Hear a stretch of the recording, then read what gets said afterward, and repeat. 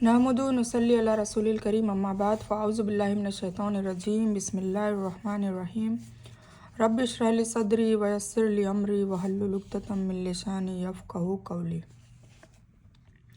रब्बना आतिना मिन लदुनका रहमतन व हय्यि लना मिन अमरिना रशदा। अस्सलामु अलैकुम वरहमतुल्लाहि वबरकातुहू। जैसे कि हमने पिछली वीडियो में बताया था कि हम लोग एक कोर्स स्टार्ट करने वाले हैं और वो कोर्स की आज पहली वीडियो ये बनने वाली है इंशाल्लाह। तो इसमें हमने कहा था कि नमाज का पूरा तरीका, नमाज में जो भी पढ़ा जाता है उस सब का तर्जुमा, और नमाज के अलावा अज़ान और वज़ू के बाद की दुआएं, उन सब का भी ट्रांसलेशन, और प्लस कुछ और भी दुआएं हैं और अज़कार है, उनकी भी तर्जुमा ट्रांसलेशन, और उनकी फ़जीलत और अहमियत का भी हम लोग इंशाल्लाह इस कोर्स में बयान करेंगे। तो आज पहला वीडियो है और आज हम इंशाल्लाह इसमें जैसे कि मैंने ये भी कहा था कि नमाज और दुआ को साथ साथ में लेकर चलेंगे। तो आज इस वीडियो में हम तावुज़ मतलब आउज़ु बिल्लाहि मिनश शैतानिर रजीम की अहमियत और उसका तर्जुमा पढ़ेंगे इंशाल्लाह, सीखेंगे। और इसके बाद दुआ और ज़िक्र की जो अहमियत और उनकी फ़जीलत है कुरान और हदीस के ज़रिए वो इंशाल्लाह आपको बताएंगे और उसका तर्जुमा भी आपको बताने की कोशिश करेंगे ताकि आपको उसको सही से, दिल से, गहराई से आपको समझ में आए इंशाल्लाह। ठीक है।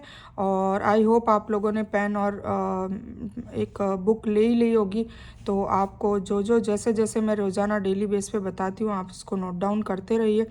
और ये आपके लिए ता ज़िंदगी मरते दम तक ये आपके लिए बहुत ही काम आने वाली चीज़ है, और इससे आप दावत भी दे सकते हैं, अपने बच्चों को भी सिखा सकते हैं, खुद भी हिफ्ज़ करने के लिए इसको रिकॉर्ड की तरीके से रख सकते हैं। ठीक है। तो हम स्टार्ट करते हैं। आउज़ु बिल्लाहि मिनश शैतानिर रजीम बिस्मिल्लाहिर रहमानिर रहीम। और ये जो स्टार्ट कर रहे हैं वो आउज़ु बिल्लाहि मिनश शैतानिर रजीम से हम हर काम शुरू करते हैं और आज उसी को हम समझने वाले हैं। ठीक है।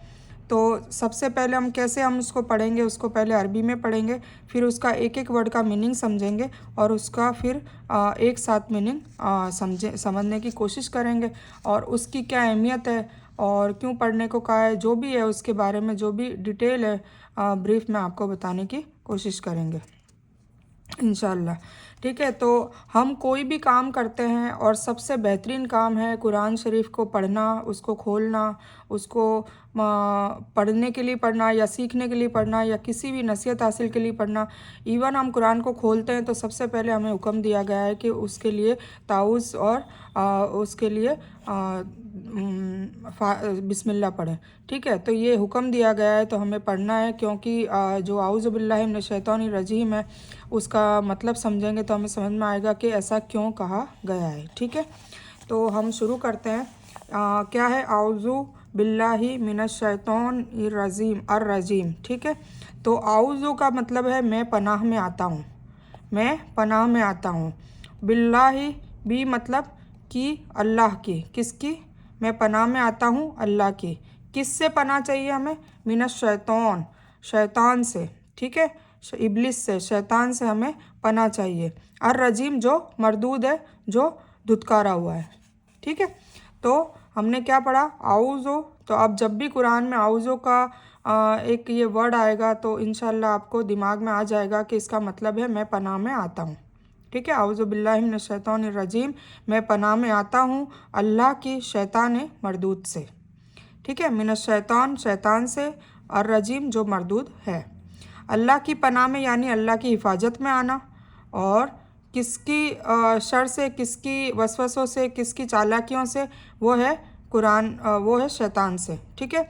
तो कुरान में जो ये मिन वर्ड आया है वो तकरीबन 3000 बार आ गया है। तो मिनश शैतान, जब भी मिन वर्ड कोई वर्ड से अटैच होके आएगा तो हमें ये समझ में आएगा कि इसका मतलब होता है से। मिन का मतलब क्या होता है, से। बी का मतलब क्या होता है, की। तो जब भी बी आएगा तो आपको समझ में आ जाएगा कि इसका मतलब है की। ठीक है। तो आउज़ो मैं पनाह में आता हूँ, बिल्लाही बी मतलब की, अल्लाह, तो बिल्लाही का मतलब अल्लाह की, फिर मिन मतलब से, शैतान मतलब शैतान, तो शैतान से। ठीक है। और रजीम तो जो मरदूद है, अब क्या शैतान अल्लाह की रहमत से करीब है? नहीं है, बिल्कुल नहीं है। वह तो मरदूद है, इसलिए रजीम का मतलब होता है धुतकारा हुआ। ठीक है, तो इसका पूरा मीनिंग क्या होगा आऊज़ु बिल्लाहि मिनश शैतानिर रजीम का? मैं पनाह में आता हूँ। आऊज़ु का मतलब क्या है? मैं पनाह में आता हूँ। बिल्लाहि अल्लाह की, मिनश शैतान शैतान से जो मरदूद है। ठीक है, अल्लाह ताला 7वें आसमान से ऊपर अर्श पर है, मगर हमारे बहुत करीब है। वह यह भी जानता है कि हम क्या सोच रहे हैं, इसलिए ताऊस को इस यकीन के साथ पढ़िए, अल्लाह सुनकर जवाब दे रहा है ना। इस यकीन से पढ़ना है कि हम जो भी चीज़ पढ़ रहे हैं उसका जवाब हमें मिल रहा है, तो इस ताऊस से हमें पढ़ना है। ठीक है, शैतान कौन है? हमारा सबसे बड़ा और बदतरीन दुश्मन है। आदम अलैहिस्सलाम से लेकर अब तक उसको करोड़ों इंसानों के भटकाने का तजुर्बा भी है। उसने तो जन्नत में आदम अलैहिस्सलाम को भटका दिया था, है ना। आदम अलैहिस्सलाम जो रसूल और नबी है, और वो जन्नत में थे, मतलब जन्नत में क्या चीज़ की कमी होनी चाहिए? कोई चीज़ की कमी नहीं थी। उसके बावजूद भी उसने उनको भटका दिया। ठीक है, तो हम में से कोई भी आदम अलैहिस्सलाम से बेहतर नहीं हो सकता, बिल्कुल नहीं हो सकता। तो मज़ीद यह है कि उसने अल्लाह के सामने कहा है कि वह हम पर दाएं से बाएं से ऊपर से नीचे से गोया हर तरह से हमले करता रहेगा। इसीलिए इस हमलों से, इस वसवसों से बचने के लिए, और ये वसवसे आते हैं तभी हम गुनाह कर बैठते हैं, ये वसवसे आने की वजह से हम आपस में लड़ाई कर बैठते हैं, ये वसवसे आने की वजह से हम एक दूसरे पे जलन और हसद करते हैं, ये वसवसे आने की वजह से ही गीबत होती है, ये वसवसे आने की वजह से ही किसी का दिल जोई होती है, किसी का दिल दुखाया जाता है। तो ये सारी चीज़ें जो फसाद का जड़ है वो क्या है? शैतानी वसवसे। ठीक है, तो शैतानी वसवसों से बचने के लिए हमें क्या पढ़नी चाहिए? इसकी हिफाजत के लिए क्या पढ़ना चाहिए? आऊज़ु बिल्लाहि मिनश शैतानिर रजीम, क्योंकि इसका मतलब ही यह है कि मैं पनाह में आता हूँ अल्लाह की शैतान मरदूद से। ठीक है, तो अब हम शैतान को न देख सकते हैं और न ही उसको मार सकते हैं, न इस्लाम की दावत दे सकते हैं। तो इसका फिर एक ही इलाज है, और सबसे ताकतवर इलाज क्या है? आऊज़ु बिल्लाहि मिनश शैतानिर रजीम कहना। तो अब आपको समझ में आ गया होगा कि आऊज़ु बिल्लाहि मिनश शैतानिर रजीम का क्या पावर है। उसकी मतलब उसकी प्रोटेक्शन इतनी है कि जैसे ही हम उसको कहते हैं, ये पढ़ते हैं, तो शैतान हमसे दूर भाग जाता है। ठीक है, अब शैतान ने अल्लाह की नाफरमानी की और धुतकारा गया, यानी अल्लाह की रहमत से दूर हो गया। वह रजीम चाहता है कि हम भी उसकी बातों में आकर उसी की तरह हो जाए, मतलब हम भी गुमराह हो जाए, हम भी अल्लाह की नाफरमानी करने लगे। ये उसकी इच्छा है, और क़यामत तक वो ये इच्छा पे माइल रहेगा और हम सबको भटकाने की कोशिश करता रहेगा। ठीक है, तो उसका काम हमको जहन्नम में ले जाना है। इसीलिए खुद को गैर महफूज महसूस कीजिए कि हम शैतान के वसवसों में 24 घंटे घिरे हुए हैं। तो आप शैतान के हमलों से अगर घिरे हुए हैं, तो इसलिए भीख के अंदाज में अल्लाह से हिफाजत मांगनी कंपलसरी हो जाएगी। और वो हिफाजत कैसे मांगेंगे? ये ताऊस पढ़कर। ठीक है, हम में से हर एक के साथ शैतान लगा हुआ है और हम पर मुसलसल हमले कर रहा है।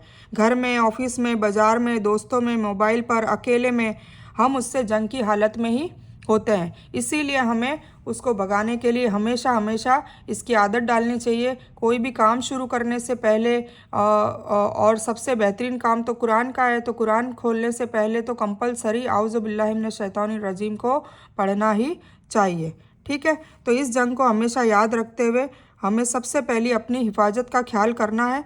Safety first. ठीक है, कामयाब इंसान की सबसे पहली आदत क्या होती है? कि वो अपनी हिफाजत करता है, प्रोटेक्शन करता है, और फिर वो अपना काम शुरू करता है। तो इसीलिए आज से हमें क्या आदत डालनी है? कोई भी काम करने से पहले हमें क्या पढ़ना है? आऊज़ु बिल्लाहि मिनश शैतानिर रजीम। जब शैतान दूर जाएगा, इब्लिस दूर जाएगा, तो फिर हमारे काम में इंशाल्लाह बरकत होगी, हमारे काम में प्रोटेक्शन होगी, हमारे काम में कोई वसवसा नहीं आने का गारंटी होगी। ठीक है, तो इस तरीके से आज मैंने आपको सिखा दिया कि आऊज़ु बिल्लाहि मिनश शैतानिर रजीम हर काम के पहले पढ़नी है। नमाज, चाहे आप कुरान पढ़ रहे हैं, चाहे आप कोई भी खाना बना रहे हैं, मतलब आप कोई भी ऐसा काम, मेल फीमेल जो भी अपना काम कर रहा है, ऑफिस जा रहे हैं, घर से बाहर निकल रहे हैं, कोई भी काम, कपड़े उतार रहे हैं, कपड़े पहन रहे हैं, ख़रीदारी कर रहे हैं, कोई भी ऐसा काम कर रहे हैं, उसके पहले आप आऊज़ु बिल्लाहि मिनश शैतानिर रजीम और फिर बिस्मिल्लाहिर रहमानिर रहीम का ज़रूर तज़किरा करें। तो इंशाल्लाह आपके कामों में बरकत होने लग जाएगी और आपके कामों में रुकावटें आने से रुकावटें आने की रुकावट होने लग जाएगी। ठीक है, रुकावटें नहीं आएगी इंशाअल्लाह। ठीक है, तो आज हमने क्या सीखा, आऊज़ु बिल्लाहि मिनश शैतानिर रजीम। तो आऊज़ जो है वो पढ़ना सीखा, उसका मीनिंग भी हमने सीखा और आप लोग इसको नोट डाउन भी कर लीजिएगा। ठीक है, मैं आपको इसी वीडियो के ख़त्म होने के बाद इसका सही से स्क्रीनशॉट लेके भेजूँगी, तो आपको इसको नोट डाउन करना है। देखिए, इसका स्क्रीनशॉट लेके मत रखिएगा। ठीक है, मैंने ये ग्रुप इसीलिए अलग से सबको ज़बरदस्ती नहीं किया। मेरे पास कम से कम 300 साढ़े 300 मेंबर्स टोटल्स है, पर फिर भी 22 लोगों का ग्रुप बनाया। क्यों? क्योंकि आप अपनी इच्छा से आए हैं। ठीक है, तो अब इसमें फिर आपको थोड़ा सा मुशक्क़त करनी पड़ेगी, कोशिश करनी पड़ेगी, और जो भी आप कोशिश कर रहे हैं उसका अल्लाह ताला आपको अज़र देगा, सवाब देगा, और उसमें आपकी दुनिया और आखिरत में भी उसका आपको फ़ायदा देखने को मिल जाएगा। ठीक है, तो आप करके देखिए और आप ये अपने हाथों से लिखिए। लिखने से ये होगा कि आपको हिफ्ज़ भी होने लगेगा और आपके पास रिकॉर्ड रहेगा। जैसा कि मैं बार बार बताती हूँ कि जब भी आपको ये भूल जाएं या किसी को दावत देनी हो या किसी को सिखाने की को आपकी इच्छा हो, तब आप इसको देखकर उसको पढ़कर सुना सकते हैं, उसको बता सकते हैं। ठीक है, तो इसीलिए आपको नोट डाउन करना है। मैं ज़रा ज़रा सा वर्क दूंगी, ज़्यादा नहीं दूंगी। तो आज हमने सिर्फ आऊज़ु बिल्लाहि मिनश शैतानिर रजीम ही पढ़ी है, और ये नमाज की जो कोर्स है उसका सबसे पहला टॉपिक था या आयत समझ लो वो थी, तो वो थी आऊज़ु बिल्लाहि मिनश शैतानिर रजीम। ठीक है, तो अब हम मज़ीद आगे बढ़ते हैं। अब सबसे पहले अज़ान जब नमाज जब पढ़ते हैं तो उसके पहले सबसे पहला रुकन क्या होता है, अज़ान। ठीक है ना, किसी की भी कोई भी नमाज हम पढ़ रहे हैं तो उसके पहले उसकी अज़ान होनी ज़रूरी है। हम अज़ान होने से पहले उसकी नमाज नहीं पढ़ सकते। ठीक है, तो ये हमारे को एक 5 टाइम का और पूरे दिन के शेड्यूल में ये एक क्राइटेरिया बना दिया है कि फ़जर की अज़ान हुई, फिर उसके बाद आपने फ़जर की नमाज़ पढ़ी, ज़ोहर की अज़ान हुई, फिर ज़ोहर की नमाज़ पढ़ी, असर की अज़ान हुई, फिर असर की नमाज़ पढ़ी, मगरिब की अज़ान हुई, मगरिब की नमाज़ पढ़ी, ईशा की अज़ान हुई, ईशा की नमाज़ पढ़ी। तो आइए हम आज जानते हैं कि अज़ान का क्या मतलब है। हम जो ये अज़ान बोली जाती है, जो अल्लाह का कलाम है, अल्लाह की तरफ से है और अल्लाह की हुक्म से ये होती है और क़यामत तक होती रहेगी, तो इसका क्या मीनिंग है हमें ये समझना भी बहुत ज़रूरी है। और इसके कुछ आदाब हैं कि जब अज़ान होती है तो हमें सारे काम को छोड़कर, मसरूफ़ियात को छोड़कर, या फिर हम काम भी कर रहे हैं पर हम ये बिल्कुल ध्यान से अज़ान को सुने, ये इसके आदाब हैं, उसको सुने और फिर उसका जवाब दें। ठीक है ना, तो अगर हम उसको मीनिंग में समझेंगे तब हम जाके जवाब देंगे उसका, वरना हम क्या जवाब देंगे। ठीक है, तो उसको ध्यान से सुनना ज़रूरी है। उसका भी बहुत बड़ी फजीलत, अहमियत और सवाब है। और दुआ कबूल होने का इसका भी एक ये भी तरीका है। कबूल कहाँ कहाँ कब कब होती है, आज मैं आज के दुआ के टॉपिक में आज इंशाल्लाह बताने वाली हूँ। उसमें अज़ान के बाद और अज़ान के टाइम में दुआ कबूल होने का हुजूर पाक सल्लल्लाहु अलैहि वसल्लम ने फरमान बताया, फरमाया है। ठीक है, और इसके बाद अज़ान का जवाब देना है, और अज़ान के बाद भी फिर कुछ दुआएं पढ़ने के लिए होती है। तो वो अज़ान की दुआएं हम इंशाअल्लाह वो आगे वाली वीडियो में पढ़ेंगे। आज सिर्फ अज़ान को कवर करेंगे। ठीक है, तो अब हम अज़ान को कवर करते हैं। तो अज़ान क्या है? अज़ान है अल्लाह ताला इनवाइट करता है। अल्लाह ताला ऐसे तो मौलाना पढ़ते हैं, पर ये अल्लाह की तरफ से ही इनविटेशन होता है कि आओ नमाज पढ़ो, सलात पढ़ो। ठीक है, तो अब ये अज़ान क्या है हम वो पढ़ते हैं। तो अज़ान में सबसे पहले क्या पढ़ा जाता है? अल्लाहु अकबर, अल्लाहु अकबर, अल्लाहु अकबर, अल्लाहु अकबर। अल्लाह सबसे बड़ा है, अल्लाह सबसे बड़ा है। ठीक है, तो जो कबीर है, अकबर जो है वो बड़ा होता है। अकबर का क्या मीनिंग है? बड़ा। ठीक है, कबीरा, कबीरा का मतलब क्या होता है? कबीर मतलब बड़ा, और अकबर मतलब सबसे बड़ा। थोड़ा सा स्पेशल है इसमें, सबसे बड़ा। ठीक है, कबीर का मतलब होता है बड़ा, जैसे सगीर का मतलब होता है छोटा, और असगर का मतलब होता है सबसे छोटा। ठीक है, जैसे हम कुछ वर्ड यूज़ करते हैं उर्दू में, कसीर मतलब ज़्यादा, और अक्सर तो सबसे ज़्यादा। अक्सर ये बोला जाता है तो सबसे ज़्यादा बोला जाता है, ये हम कहते हैं ना, अक्सर ये बात हमने सुनी है। ठीक है, तो अक्सर का मतलब सबसे ज़्यादा। तो इसी तरह अकबर का मतलब होता है सबसे बड़ा। ठीक है। तो अल्लाह अकबर, अल्लाह अकबर, अल्लाह सबसे बड़ा है, अल्लाह सबसे बड़ा है, अल्लाह सबसे बड़ा है, अल्लाह सबसे बड़ा है। तो इसी का मैं जवाब भी साथ साथ में आपको बता देती हूँ। इसका जवाब क्या होगा, जब वो रुकते हैं मौलाना साहब, जो इमाम साहब अजान के वक्त जो रुकते हैं बोलकर, तो वो जो रुकते हैं उसी टाइम में हमें जवाब दे देना है। पहले हमें सुनना है, ठीक है।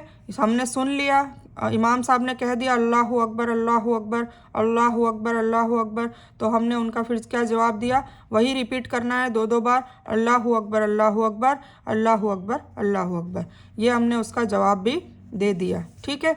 अल्लाह का मुकाबला किसी से नहीं किया जा सकता, क्योंकि हर चीज़ उसी की बनाई हुई है। अल्लाह ताला कुव्वत, इज़्ज़त, शान व शौकत और हर अच्छी सिफत में सबसे बड़ा है। बेशक आप अल्लाह के बारे में जितना ज़्यादा इल्म हासिल करेंगे, उतना ही दिल से आप तारीफ़ से कह सकेंगे कि ए अल्लाह, आप कितने बड़े हैं, कितने अजीमुश्शान हैं। आपका यकीन बढ़ता जाएगा कि अल्लाह उससे बहुत बड़ा है जितना आप समझ रहे हैं, है ना।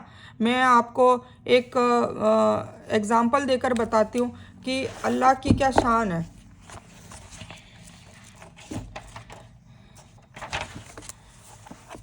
जैसे कि मान लीजिए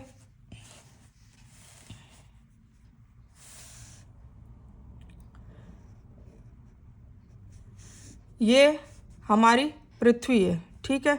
अब इससे कई ज़्यादा गुना बड़ा सूरज है, इससे कई ज़्यादा बना सौर मंडल और भी है, जिनके ऐसे उनकी धरा पर ग्रह घूम रहे हैं।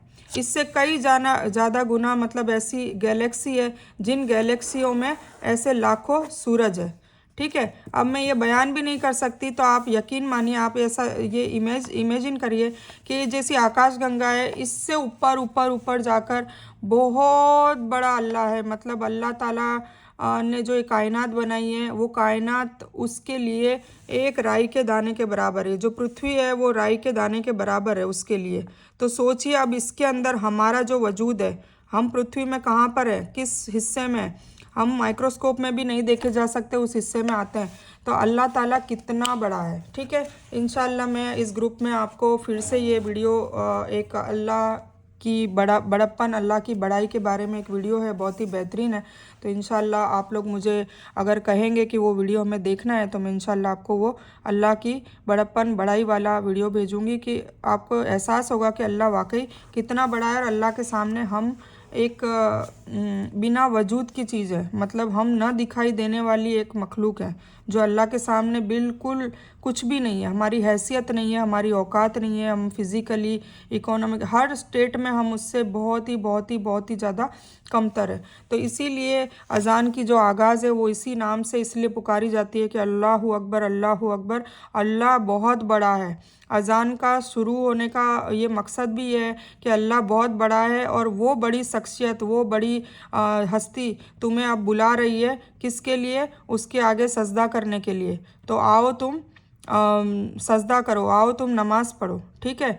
तो सोचिए कि वो इतनी बड़ी हस्ती बुला रही होती है और हम उसको इग्नोर कर देते हैं। सोचिए इतनी बड़ी हस्ती का कलाम बोला जा रहा होता है और हम लोग टीवी देख रहे होते हैं। सोचिए इतनी बड़ी हस्ती का कलाम किया रहता है, कुछ लोग हंसी ठट्टे और मजाके कर रहे होते हैं, बातें कर रहे होते हैं, और उस अजान को सुना भी नहीं जाता, उसको इग्नोर किया जाता है। और इवन दिल में ऐसा ख्याल भी कई लोगों के आ जाता है कि ये कब बंद हो, है ना। कुछ लोग जैसे मजबूरन टीवी को म्यूट करना पड़ता है, तो इंतज़ार करते हैं कब वो ये अजान बंद हो ताकि मैं इसको अनम्यूट करूं।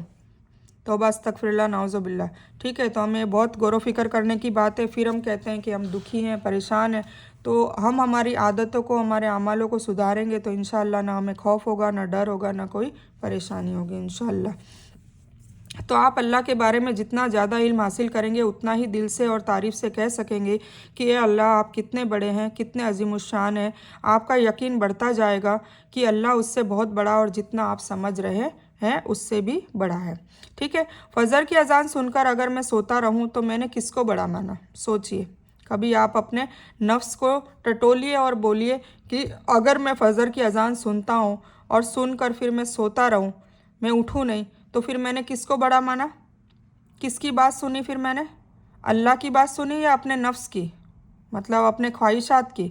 मेरी ख्वाहिश तो ये थी ना कि मैं रज़ाई में पड़ा रहूँ, ठंड में कौन उठे, मैं नींदों में पड़ा रहूँ, सुस्ती आ रही है, कौन उठे, बिस्तरों से कौन अलग हो सुबह सुबह, है ना। तो हमें सोचने वाली बात है कि हमने तब अल्लाह को माना बड़ा या नाउज़ुबिल्लाह हमारी नफ्स को माना। ठीक है, अगर हम नहीं उठे तो बेशक हमने हमारी नफ्स को माना, और अगर हम नमाज़ पढ़ने के लिए उठ गए तो बेशक हमने अल्लाह को ही बड़ा माना है, और अल्लाह हमें ऐसी सबको तौफीक दे। तो हमें दुआ मांगनी है, हमेशा ही मांगनी है, ए अल्लाह मुझको तुझे अपनी ज़िंदगी में बड़ा मानने की तौफीक दे, आमीन। यानी नफ्स, ख़ानदान या लोगों के बजाय तेरी बातों को मानने और अमल करने की तौफीक दे, आमीन। दुआ के साथ ही गुजरे हुए कल का एहतिसाब और आने वाले कल का प्लान होना चाहिए। ठीक है, मतलब ऐसा नहीं कि सिर्फ दुआ मांग के बैठ गए और फिर उसकी कोशिश नहीं होनी चाहिए। जब हमने गुनाहों से तौबा कर ली, जब हमें एहसास हो गया, जब हमें यकीन हो गया कि अल्लाह ही बड़ा है और उसकी माननी ही पड़ेगी, और उसके पास हमें जाकर खड़ा होना है, और सारी ज़िंदगी में क्या कोताहियाँ करी है, क्या अच्छे काम करे, सबका हिसाब किताब देना है, तो इंशाअल्लाह ज़रूर हमारे लिए ये नमाज़ पढ़ना और हर अल्लाह की बात को मानना आसान हो जाएगा। तो फिर अल्लाह अकबर के बाद क्या कहा जाता है? अशहदु अन ला इलाहा इल्लल्लाह, अशहदु अन ला इलाहा इल्लल्लाह। तो जवाब में हमें वापस 2 बार यही दोहराना है। ठीक है, और मैं मानी पढ़ लेती हूँ। अशहदु, मैं गवाही देता हूँ। ठीक है, अशहदु का मतलब मैं गवाही देता हूँ। ठीक है, अन, की, अन का मतलब की, मैं गवाही देता हूँ कि ला, नहीं है, ला का मतलब नहीं है, ला इलाहा इल्लल्लाह हम पढ़ते हैं ना पहला कलमा, ला नहीं है, इलाहा, इलाह कोई माबूद, मतलब इबादत के लायक कोई है ही नहीं, इल्ला सिवाय किसके? अल्लाह के। तो मैं गवाही देता हूँ कि नहीं है कोई माबूद सिवाय अल्लाह के। मैं गवाही देता हूँ कि कोई माबूद नहीं है अल्लाह के सिवा। ठीक है, तो ये इसका तर्जुमा है, और हमें जब इमाम साहब रुकें तो 2-2 बार इसको रिपीट करना है, और इसके मानी आपको समझ में आ गए। अब इसके मानी की थोड़ी डिटेल पढ़ लेते हैं कि इलाह का मतलब क्या है? कोई माबूद, उसकी अलावा किसी की इबादत नहीं करनी है। ठीक है, इबादत के लायक कौन है? अल्लाह। तो अब उन अल्लाह का नाम इलाह भी है। तो इलाह का मतलब होता है एक तो जिसकी पूजा और परस्तिश की जाए, मतलब जिसकी उपासना, पूजा, इबादत की जाए, उसको कहते हैं इलाह। दूसरा, ज़रूरतों को पूरा करने वाला जो होता है उसको भी इलाह कहते हैं। तो हमारी ज़रूरतों को कौन पूरा करता है? बेशक अल्लाह करता है। हमें सूरज की रोशनी देता है, पानी देता है, हवा देता है, ऑक्सीजन देता है। अभी कोरोना में ऑक्सीजन की कमी हो गई थी, कितना एहसास हुआ था ना, जब उसको ख़रीदना पड़ गया था। तो हमें फ्री में देता है, लाइफ टाइम देता है, बिना किसी स्वार्थ के देता है, उसके लिए कोई उज़र नहीं मांगता। तो कितना रहमान है हमारा अल्लाह। तो हमें पानी भी देता है, हवा भी देता है ना। उसके अलावा भी हमारी सारी ज़रूरतों को पूरी करने के लिए पेड़ पौधे उगाए, समुंदर में जीव, प्राणी, पशु पक्षी, चरिंदे परिंदे, ये सब हमारी ज़रूरत के हिसाब से अल्लाह ताला ने कायनात में उनका वजूद पैदा किया। इसके अलावा भी सूरज, चाँद, सितारे, सैयारे, आसमान, ज़मीन को हमारे लिए बिछो दिया, और आसमान को हमारे लिए छत बना दिया। तो ये कितनी सारी अल्लाह की रहमत है। इसके अलावा भी हमारी और ज़रूरतें, हमें घर देता है, हमें रिस्क देता है, हमें हमारी औलादें देता है ना। तो सारी चीज़ें जो दे रहा है वो सब एक एक ज़र्रा, सब ज़रूरतें कौन पूरी कर रहा है? अल्लाह ताला। तो इलाह का एक मतलब है जिसकी पूजा व परस्तिश की जाए, जिसकी इबादत की जाए। दूसरा है ज़रूरतों को पूरा करने वाला, और तीसरा जिसका हुक्म माना जाए और इताअत की जाए। इन तीनों मानी में अल्लाह के सिवा कोई भी इलाह नहीं होना चाहिए। अगर इसके अलावा कोई और आता है, मतलब हम किसी और की इबादत करते हैं, या हम अपनी ज़रूरतों को पूरा जो करता है वो जो मांगते हैं वो किसी और से मांगते हैं, या किसी और की इताअत करते हैं, मतलब किसी की और की बात मानते हैं, तो फिर हमने अपने इलाह, मतलब हमारे अल्लाह को इलाह नहीं माना है, नाउज़ुबिल्लाह। ठीक है, तो मैं शहादत में गवाही देता हूँ, यानी मेरी बातें और मेरा अमल। अब हम क्या गवाही दे रहे हैं अल्लाह ताला से? कि मैं तेरे अलावा किसी को माबूद नहीं मानता। इसका मतलब ये है कि मेरी बातें, मेरा अमल, चाहे मैं घर में रहूँ, चाहे बाहर रहूँ, चाहे ऑफिस में हूँ, चाहे बाज़ार में हूँ, चाहे मैं मजलिस में हूँ, चाहे मैं बिल्कुल अकेला हूँ, तो यह बता रहा है कि अल्लाह सबसे ज़्यादा मोहब्बत मैं तुझसे करता हूँ। उसी को खालिक, मालिक और रब मानता हूँ, सारी कायनात का हाकिम भी मानता हूँ। उसी की इबादत और इताअत करता हूँ, उसी से मदद मांगता हूँ, और उसी पर भरोसा करता हूँ। ठीक है, ज़िंदगी के हर पहलू में उसके कानून पर चलता हूँ, ना कि अपनी मर्जी पर और ना ही अपनी ख्वाहिशात पर। कुरान में अल्लाह ने फरमाया है कि हम लोगों पर इस्लाम की शहादत देना है, यानी यह बताना है कि इस्लाम क्या है, मोहम्मद सल्लल्लाहु अलैहि वसल्लम कौन है। यह बहुत अहम काम है, इसलिए हर अजान, हर इकामत, हर तशहुद यानी अत्तहियातुलिल्लाहि वाली सूरत, हर तशहुद हमको यह काम याद दिलाई जाती है। अफसोस है कि इतनी बार याद दिलाने के बावजूद हम मुसलमान इस काम से कोसों दूर हैं। क्यों दूर हैं? क्योंकि हमें इसका ट्रांसलेशन नहीं पता, हमें इसका मीनिंग नहीं पता। तो इंशाल्लाह आज से आपको इसके मीनिंग पता चलने लग जाएंगे। आज आपको पता चला ना अशहदु अन ला इलाहा इल्लल्लाह का मतलब क्या है और इसका मफहूम क्या है। ठीक है, तो आइए दुआ करते हैं कि अल्लाह हमें इस पर अमल करने की तौफीक अता करे, आमीन। फिर अजान में वापस फिर उसके बाद पढ़ा जाता है अशहदु अन्ना मोहम्मदन रसूलुल्लाह। ठीक है, तो अशहदु का मतलब आपको समझ में आ गया, मैं गवाही देता हूँ। अन्ना का मतलब है कि, मुहम्मदन मोहम्मद सल्लल्लाहु अलैहि वसल्लम। ठीक है, और मोहम्मद का माना होता है हम्द से, ये रूट वर्ड से लिया गया है। हम्द मतलब जिसकी खूब खूब तारीफ की गई हो, उसका नाम होता है मोहम्मद। ठीक है, मुँह मतलब किया गया हो, और हम्द जैसे अलहम्द, हमद में पढ़ते हैं ना तारीफ़, तो जिसकी खूब तारीफ़ की गई हो वो मोहम्मद का मीनिंग हो। और रसूल मतलब अल्लाह के रसूल है।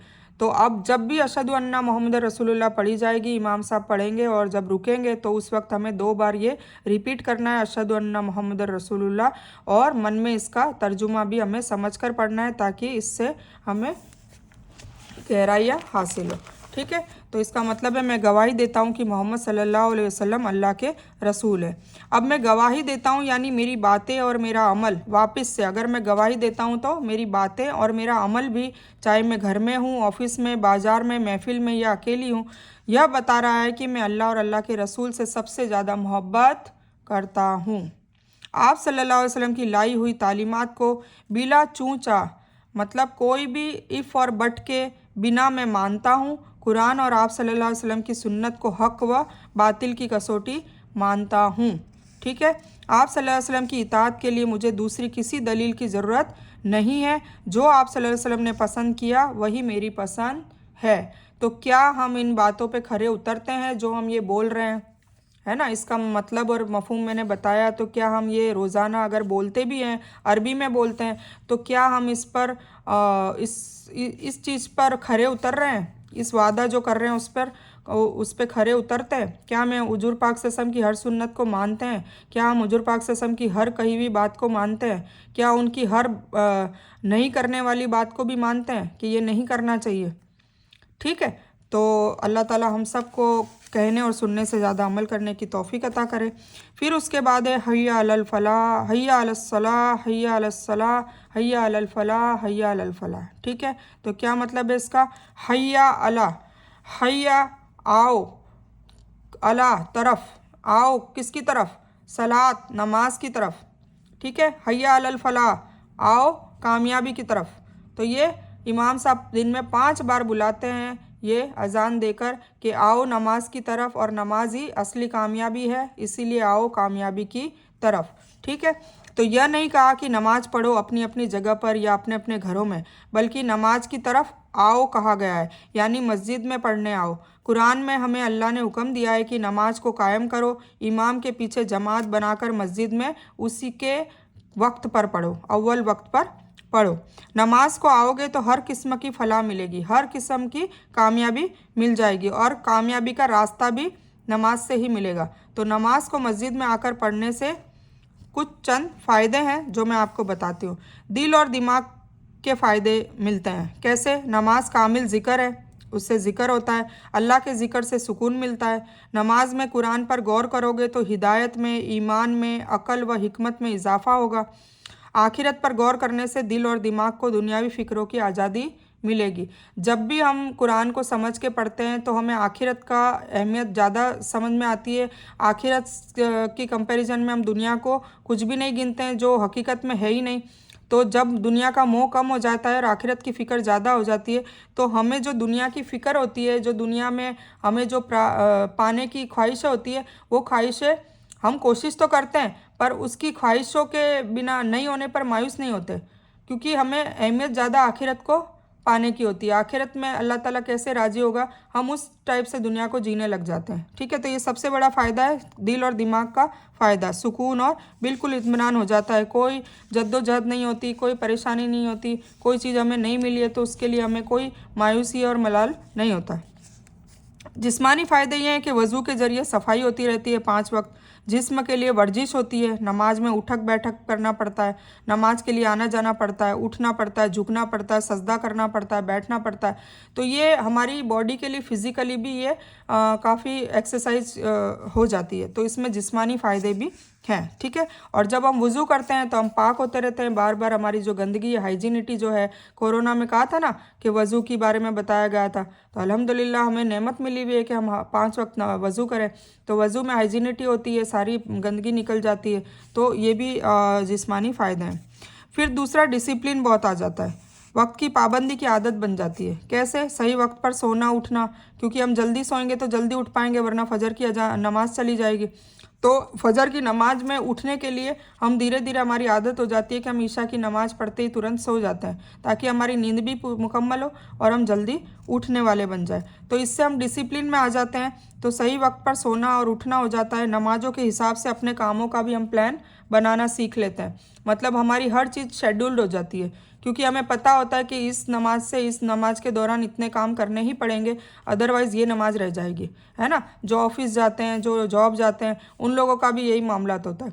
तो इस तरीके से हम डिसिप्लिन्ड हो जाते हैं, तो ये भी बहुत बड़ा फ़ायदा है। फिर इज्तिमाई फ़ायदे हैं, मतलब रोज़ाना नमाज़ पढ़ने जाते हैं तो आपस में दोस्त मिलते हैं, दोस्तों से, पड़ोसियों से, रिश्तेदारों से रोज़ाना की मुलाकात होती है। फिर उनकी खुशी और गम की खबरें आपस में मिलती रहती है, तो हम उनकी खुशी भी बांट सकते हैं, उनका गम भी बांट सकते हैं। उनकी कोई तकलीफ़ और वो परेशानी है या कोई हाजत है, तो उसको पूरी करने की हम लोग गेट टुगेदर होकर उसको पूरी करने की मुआशरे में वो कोशिश भी कर सकते हैं। तो ये सारी चीज़ों से भी मुआशरा इज्तिमाई फ़ायदा होता है, एक दूसरे की मदद होती है। और मस्जिदों में नमाज़ पढ़ने का हुक्म भी इसलिए आया था कि लोग रोज़ाना एक सोसाइटी के लोग एक मस्जिद में इकट्ठा हो और एक दूसरे का गम और खुशी और सब बांटें। और अगर कोई गमगीन है, परेशानी है, मुश्किल में पड़ा हुआ है, तो उसकी मुश्किल को हल करने की कोशिश करें, सब लोग मशवरे में बैठें और सब मिलकर उसकी मुश्किल को ख़त्म करने की कोशिश करें। ठीक है, तो इसमें इज्तिमाई फ़ायदे हैं, रोज़ाना दोस्तों, पड़ोसियों और रिश्तेदारों से मुलाकात होगी, उनकी खुशी व गम की खबरें मिलती रहेगी और वक्त बस ज़रूरत हम उनकी मदद कर सकेंगे, ताल्लुकात मजबूत होंगे और मुआशरा उससे बेहतर बनेगा, सोसाइटी में अपग्रेडेशन होगा और सोसाइटी को हम बेहतर बना सकते हैं। फिर सबसे अहम फ़ायदा है, आखिरत में हमेशा हमेशा के लिए फ़लाह मिलेगी, क्योंकि सबसे बेहतरीन काम नमाज है। जो नमाज रेगुलर पढ़ता होगा और इंशाल्लाह सुन्नत तरीके से और सही तरीके से पढ़ता होगा, तो उसका आधा तो हिसाब सोचो बिल्कुल ख़त्म हो गया। नमाजी होगा, उसका हिसाब किताब भी कहा जाता है कि बहुत इजीली लिया जाएगा। ठीक है, तो आखिरत में हमेशा हमेशा के लिए फ़लाह नसीब होगी। यह फ़लाह की तज़कीर इसलिए भी है कि इंसान नमाज को नहीं आता यह समझ कर कि मेरी फ़लाह का काम रुक जाएगा, उस नादान शख्स की तरह है जो किसी चीज़ की तलाश में उल्टी सीमत की तरफ भागता है। मतलब अगर मुझे यहाँ पर दिल्ली है और यहाँ जाना है और मैं इधर भाग रही हूँ, तो मैं उल्टा काम कर रही हूँ ना। तो इसी तरह अगर हम दुनिया में रहते हुए दुनिया के काम की वजह से हमारी नमाज़ों को ज़ाया करते हैं, छोड़ देते हैं, तो हम फ़लाह की तरह उल्टी की तरफ भाग रहे हैं, सीधी की तरफ नहीं भाग रहे हैं। तो ये हमें सोचना चाहिए। आखिर में फिर वही कलामात वापस आते हैं, अल्लाहु अकबर, अल्लाहु अकबर। तो अल्लाह ताला यही कहता है कि आखिर में वही कलामात है जिससे नमाज शुरू हुई थी, मतलब अजान शुरू हुई थी। मगर यहाँ गोया इस बात का ऐलान है कि उसकी बड़ाई को मानते हुए आ जाओ। फिर से याद दिलाया जा रहा है कि अल्लाह बहुत बड़ा है, अल्लाह बहुत बड़ा है। अल्लाह के सिवा ना तो तुम दुनिया में सही से जी सकते हो, ना आखिरत में जी सकते हो। अगर उसको राज़ी करना है, अगर दुनिया और आखिरत में सही ढंग से जीना है, तो उसको राज़ी करना होगा। और उसको राज़ी करने के लिए उसके सामने 5 बार सजदे करने होंगे, उसकी तारीफ़ करनी होगी, उसकी हम्द करनी होगी और उसके सामने सजदे रखकर गिड़गिड़ाना होगा, वादे करने होंगे, गुनाहों से तौबा करनी होगी, तब जाके हमारी फलाह दुनिया और आखिरत में होगी, जो अजान में कहा जाता है हय्या अलस सलाह हय्या अलल फलाह। ठीक है।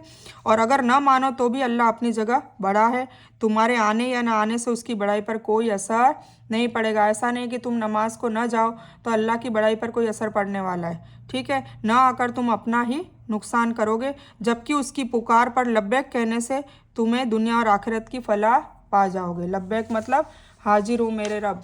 ठीक है। तो जब भी अजान हो तो आप लोग कोशिश करें, अगर नमाज़ पढ़ते हैं तो बहुत ही अच्छी बात है, और नहीं पढ़ते हैं तो उसको चालू करें। और अज़ान आज आपको समझ में आ गई है तो अज़ान के जवाब दीजिए, अज़ान का मतलब समझिए, और अज़ान के जो बाद की दुआ है वो इंशाल्लाह मैं अगले वीडियो में बताऊंगी। और हम एक फ़जर की जो अज़ान है उसमें एक जो आयत है, एक आयत कह लीजिए, जुमला कह लीजिए, वो ज़्यादा पढ़ा जाता है ना, उसमें मतलब फ़जर की अजान में एक एक्स्ट्रा पढ़ा जाता है, वो है अस्सलातु खैरुन मिनन नौम। तो इसका क्या मतलब है? सलात मतलब नमाज, खैर मतलब बेहतर है, मिन मतलब से, और नौम मतलब नींद। तो नींद से बेहतर नमाज है। तो फजर की नमाज में इसलिए कहा जाता है क्योंकि हम रात को सो रहे होते हैं, तो हमें उठाने के लिए ये कलिमात पढ़े जाते हैं, सोचिए, और उसके बावजूद भी हम सो रहे होते हैं। नमाज नींद से बेहतर है, ये अल्लाह का कलाम है। अल्लाह इनवाइट कर रहा होता है सुबह फजर की नमाज में। तो नींद मौत के बराबर है और नमाज असली ज़िंदगी है। नमाज अल्लाह की पुकार है और नींद हमारे नफ्स की पुकार है। नींद जिस्म के लिए राहत है और नमाज रूह के लिए राहत है। मगर याद रहे कि सुबह फजर के वक्त का सोना जिस्म के लिए भी राहत नहीं बल्कि नुकसानदेह है। अक्सर दिल व दिमाग पर बीमारी का हमला सुबह के वक्त में ही होता है। सुबह के वक्त जो फ़िज़ा में ताजगी होती है वह जिस्म के लिए बेहतरीन दवा है। ठीक है। तो ये थी अज़ान, और आई होप आपको समझ में आ गई होगी, और इंशाल्लाह इस वीडियो के बाद मैं आपको अज़ान की जो मुकम्मल जो ये स्क्रीनशॉट है वो भेज दूंगी, और इसको आप लोगों को आज के दिन में नोट डाउन करना है। ठीक है। फिर इंशाल्लाह हम आगे की जो बात है इसी से लगती हुई है, कनेक्टेड है, तो वो इंशाल्लाह हम अगली उसमें वीडियो में करेंगे। ठीक है।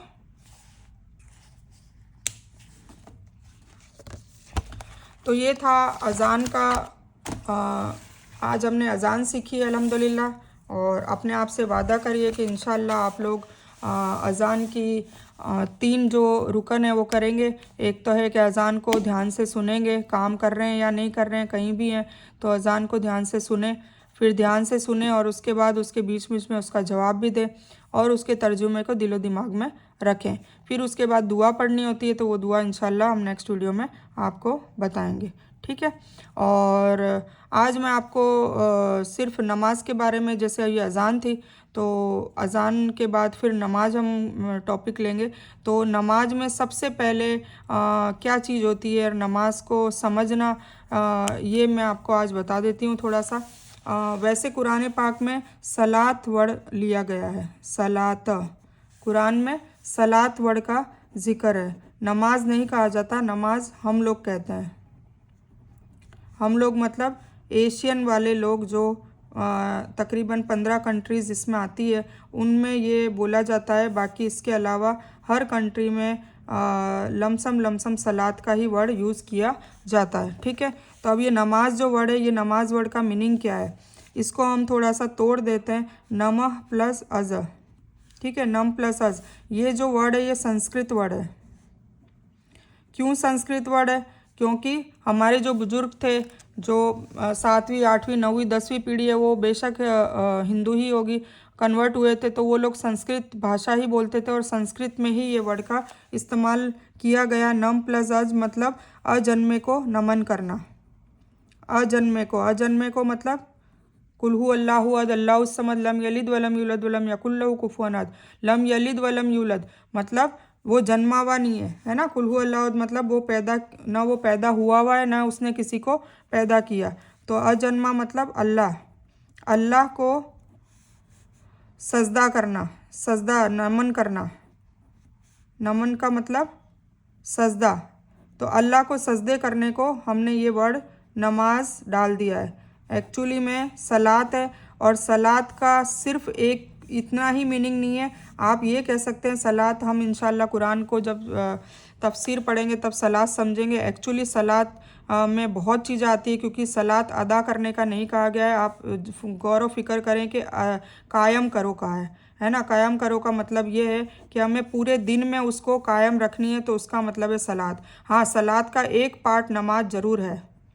मतलब सलात का फिज़िकली हमने जो रुकन था सजदे करना, फिज़िकली जो हम परफॉर्म करते हैं प्रैक्टिकली सुन्नत के हिसाब से, तो वो एक रुकन नमाज है। इसके अलावा मेंटली, नफ्सियाती, दिल से, वो सारी चीज़ें इसमें आती है और सलात के कई हिस्से हैं। ठीक है, तो इंशाल्लाह हम वो आगे समझेंगे। अभी सिर्फ आपको मेरे को नमाज समझाना था, तो आज से आपको इतना पता चल गया होगा कि नमाज का मीनिंग क्या है। ठीक है, नमाज मतलब अजन्मे को सजदा करना, नमन करना। ठीक है, तो सजदा अजन्मे को सजदा करना, बस ये नमाज, ये वर्ड लिया गया हमारे बुजुर्गों ने और सब बोलते थे, इसीलिए हम लोग भी आज इसको नमाज ही बोलते हैं। सलात हमारी कंट्री में नहीं बोला जाता है। एक्चुअल में कुरान में इसका जो वर्ड है वो है सलात, और उसका तफसीली मीनिंग बहुत बड़ा है, इंशाल्लाह आगे बताएंगे। पर उसका जो एक रुकन है वो नमाज, हम कह सकते हैं कि उसमें सलात में एक रुकन नमाज भी आता है। ठीक है, तो आज बस इतना ही कि नमाज के बारे में मुझे बताना था कि नमाज का मीनिंग क्या है। ठीक है, तो आज हमने क्या पढ़ा, अजान का तर्जुमा पढ़ा और नमाज का मीनिंग पढ़ा। अब हम आते हैं कि दुआ का जो मैंने बताया था, तो अब हम इसमें आज ये लेंगे कि दुआ मांगने का तरीका क्या है, दुआ कबूल होने के जो टाइम्स है वो कौन से है, क्योंकि अक्सर लेडीज़ ये पूछती है कि भाई हमें बताइए कि दुआ कौन कौन से टाइम में कबूल होती है, उसके वजीफ़े मांगती रहती है, दुआ कबूल क्यों नहीं होती, उसके वजाहत मांगती रहती है। तो आज इंशाल्लाह आपको समझ में आ जाएगा कि दुआ मोमिन का हथियार है, दुआ बहुत बड़ी ताकत है, दुआ ज़िक्र है, दुआ इबादत भी है, दुआ से इनामात भी मिलते हैं, तो दुआ से कई फ़ायदे होते हैं। तो इंशाल्लाह आज आपको इस वीडियो में इंशाल्लाह पता चल जाएगा। ठीक है, तो हम शुरू करते हैं। औज़ुबिल्लाहि मिनश्शैतानिर्रजीम, बिस्मिल्लाहिर्रहमानिर्रहीम। दुआ मांगने का तरीका। दुआ सिर्फ अल्लाह से मांगी जाए, वही कबूल करने वाला है, अल्लाह ताला ने फरमाया है। कहाँ पर? कुरान में। मैं आपको सारे कुरान और हदीस के हवाले देकर ही बताऊंगी तर्जुमे के साथ, ताकि आपको समझ में आए।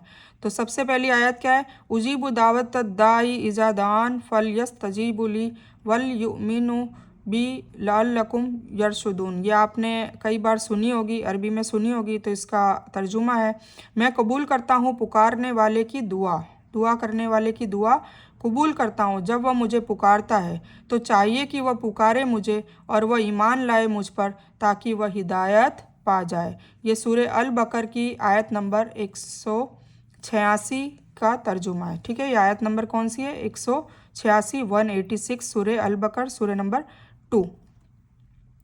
दुआ सुन्नत के मुताबिक होनी चाहिए, अल्लाह ताला ने फरमाया है। ठीक है, कैसी होनी चाहिए? सुन्नत के मुताबिक, मतलब हुजूर पाक सल्लल्लाहु अलैहि वसल्लम ने खुद दुआ करी हो, उनके तरीके के हिसाब से होनी चाहिए। सुन्नत का मतलब क्या है? जो भी हुजूर पाक सल्लल्लाहु अलैहि वसल्लम ने अपनी लाइफ में परफॉर्म किया है, जो भी बताया है, प्रैक्टिकली करा है, वो सारी ज़िंदगी जो जी है उन्होंने प्रैक्टिकली, वो जब हम अप्लाई करते हैं तो वो हमारे लिए सुन्नत होती है। राइट, तो ये समझने की ज़रूरत है। तो दुआ भी हमें सुन्नत तरीके से, मतलब हमें हर काम, हर इबादत, हर रुकन, हर अल्लाह का अहकाम, हर अल्लाह का हुक्म, सारी चीज़ें हुजूर पाक सल्लल्लाहु अलैहि वसल्लम की कॉपी ही करनी है, उनके कहे मुताबिक ही करनी है, उनके करे मुताबिक ही करनी है, तो वो होती है सुन्नत।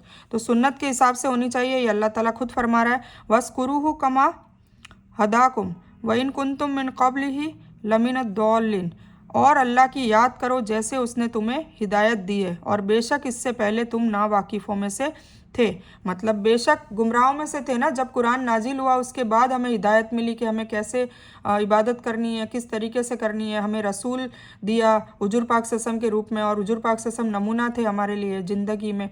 तो उनके हिसाब से हमें दुआ मांगनी है, उनके कहे मुताबिक, और उन्होंने कुरान से ही सारा कुछ बताया है। तो ये अल्लाह ताला कह रहा है कि अल्लाह को कैसे याद करो? जैसे उसने बताया है। उसने कैसे बताया है? सुन्नत के मुताबिक। ठीक है ना।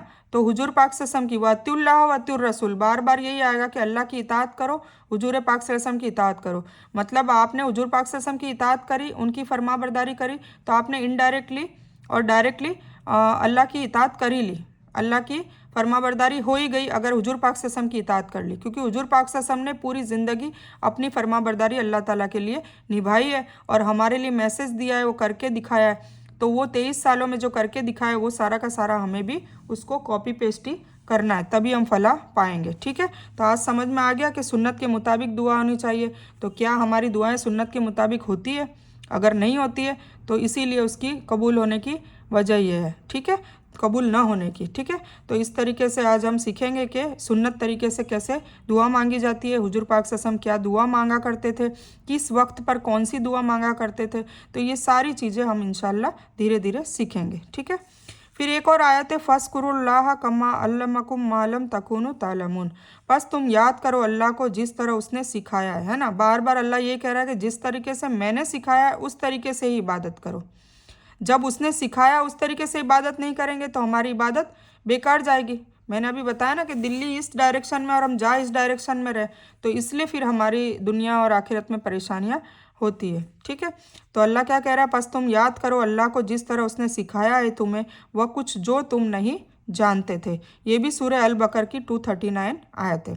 तो दुआ पूरे यकीन से मांगनी चाहिए। रसूलुल्लाह सल्लल्लाहु अलैहि वसल्लम ने फरमाया, जब तुम में से कोई दुआ करे तो इस तरह ना कहे, ए अल्लाह अगर तू चाहे तो मुझे बख्श दे, अगर तू चाहे तो मुझे रहम फरमा, अगर तू चाहे तो मुझे रिस्क दे। नहीं, बल्कि अपनी दुआ पूरे यकीन से मांगे कि या अल्लाह तेरे अलावा मुझे कौन दे सकता है ना। और उसको कोई मजबूर करने वाला भी नहीं है, वो देना चाहे तो बिल्कुल 1 सेकंड में दे दे, ना देना चाहे तो उसको कोई मजबूर नहीं कर सकता। ठीक है, तो हमें उसे मनाने की कोशिश करनी है और बिल्कुल नरमाई से और बिल्कुल शिद्दत से, और जैसे एक बच्चा रो रो कर अपनी माँ से कोई चीज़ मनवा लेता है, रो रो कर वो ले ही लेता है, इसी तरीके से हमें भी अल्लाह के सामने उसी बच्चे की तरह रो रो कर अल्लाह से दुआ मांगनी चाहिए। बेशक दुआ कबूल होती है और अल्लाह को जैसा गुमान करके मांगेंगे वैसा ही अल्लाह देता है। तो हमेशा पॉजिटिव गुमान करके ही दुआ मांगनी चाहिए। ठीक है, तो ये हुजूर पाक सल्लल्लाहु अलैहि वसल्लम की हदीस है, बुखारी 7477 और मुस्लिम में 2679 में है। ठीक है, अब दुआ कबूल होने के बाद टाइमिंग्स है, कौन कौन से टाइम में अधिकतर दुआएं कबूल होती है, तो उस टाइमिंग का हमें ध्यान रखना है। अगर हम किसी चीज़ से परेशान हैं, मुब्तला हैं और हमारी दुआएं कबूल नहीं हो रही तो हमें इस टाइम में मांगने की कोशिश करनी चाहिए, इंशाल्लाह ज़रूर कबूल होगी। तो सबसे पहला जो है वो अज़ान और जंग के वक्त है ना। अभी मैंने बताया था कि अज़ान का जब हम तर्जुमा पढ़ रहे थे तो अज़ान होने के वक्त हम जो भी दुआ मांगते हैं वो कबूल होती ही होती है, ये मेरा भी तजुर्बा है, इंशाल्लाह ज़रूर होती है। तो अज़ान और जंग के वक्त, ठीक है, तो ये अबू दाऊद और सही अलबानी की हदीस है। फिर अज़ान और अकामत के दरमियान, मतलब अज़ान हो जाती है और फिर जब नमाज के लिए इकामत होती है, इमाम साहब कद कामती सलाह जब पढ़ते हैं, इन दोनों के बीच का जो टाइम होता है उसमें आप भरपूर दुआएं मांगे। और उसके बाद की दुआएं भी है वो इंशाल्लाह मैं इसी कोर्स में बताऊंगी, तो इंशाल्लाह वो भी आपको याद कर लेनी है, नहीं तो इसको लिख लेनी है और कहीं ऐसी जगह चिपका देनी है जहाँ पर आप ज़्यादातर रहते हैं, चाहे किचन में या चाहे ऐसी जगह जहाँ नमाज़ पढ़ते हैं या कोई आपकी पढ़ने की जगह हो, वहाँ पर रख दें। तो बार बार जब भी अज़ान हो तब आप तुरंत उसके बाद ये पढ़ेंगे तो आपको याद भी हो जाएगी। ठीक है, तो और उसका अहमियत और फजीलत भी है और वो बहुत बेहतरीन दुआ है जिससे और भी दुआएँ कबूल होती है। तो अज़ान और अकामत के दरमियान ये तिरमिजी की 212 और अबू दाऊद की 521 नंबर की हदीस है। फिर हर नमाज में तशहुद के बाद, तशहुद मतलब अत्तहियातो, जब हम ऐसे कायदे में बैठते हैं नीचे और अत्तहियातो से शुरू करते हैं, अत्तहियातो के बाद दुरूद इब्राहिम पढ़ते हैं, उसके बाद दुआएं मासूरा पढ़ते हैं, उसके बाद और सलाम फेरने से पहले आप जो भी दुआएं करेंगे उस सारी की सारी दुआएं कबूल होती है। और ये अक्सर मुसलमानों को नहीं पता कि इस वक्त में दुआ मांगने का वक्त होता है, बेहतरीन वक्त होता है। ठीक है, अक्सर क्या करते हैं, तशहुद पढ़ते हैं, दुरूद इब्राहिम पढ़ते हैं, दुआए मासूरा पढ़ते हैं और सलाम फेर लेते हैं। ठीक है, तो इंशाल्लाह मैं इसी कोर्स में आपको ये भी सिखाऊंगी कि कौन कौन सी दुआएं बेहतरीन हैं जो हुजूर पाक से हमने भी बताई है, हदीसों में भी आया है, और कौन कौन सी दुआएं मांगनी चाहिए। इसके अलावा भी कोई मसनून दुआएं वो मांगनी चाहिए, तो और जो मैं खुद मांगती हूँ इंशाल्लाह, तो मेरा तजुर्बा है उस हिसाब से, तो मैं इंशाल्लाह आपको बस यही है कि हमें एक दूसरे को फ़ायदा पहुँचाने वाली बात करनी चाहिए। तो ये दुनिया और आखिरत में दोनों में फ़ायदा पहुँचाने वाली बात है कि तशहुद के बाद सलाम से पहले दुआ मांगनी चाहिए। ये भी बुखारी की 731 और नसाई की 1281 की हदीस है। ठीक है, फिर फ़र्ज़ नमाज़ों के बाद, तुरंत फ़र्ज़ नमाज के बाद दुआ मांगनी चाहिए। और हुजूर पाक सल्लल्लाहु अलैहि वसल्लम का भी तरीका था ऐसे ही दुआ मांगने का, और कैसे स्टार्ट करते थे, क्या सबसे पहले पढ़ते थे, इंशाल्लाह हम वो भी आपको इस कोर्स में बताएंगे। ठीक है, तो फ़र्ज नमाज़ों के बाद भी दुआ कबूल होने का टाइम है। तिरमिजी की 3499 की हदीस है। फिर सजदे की हालत में मुस्लिम की 738, 744, निसाई की 1125, अबू दाऊद की 741, 742 नंबर की हदीस है।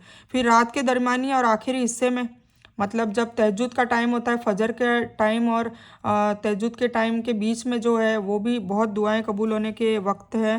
तो ये भी बुखारी की 1077, मुस्लिम की और तिरमिजी की हदीस है। मैं इंशाल्लाह इसका स्क्रीनशॉट भेज दूंगी।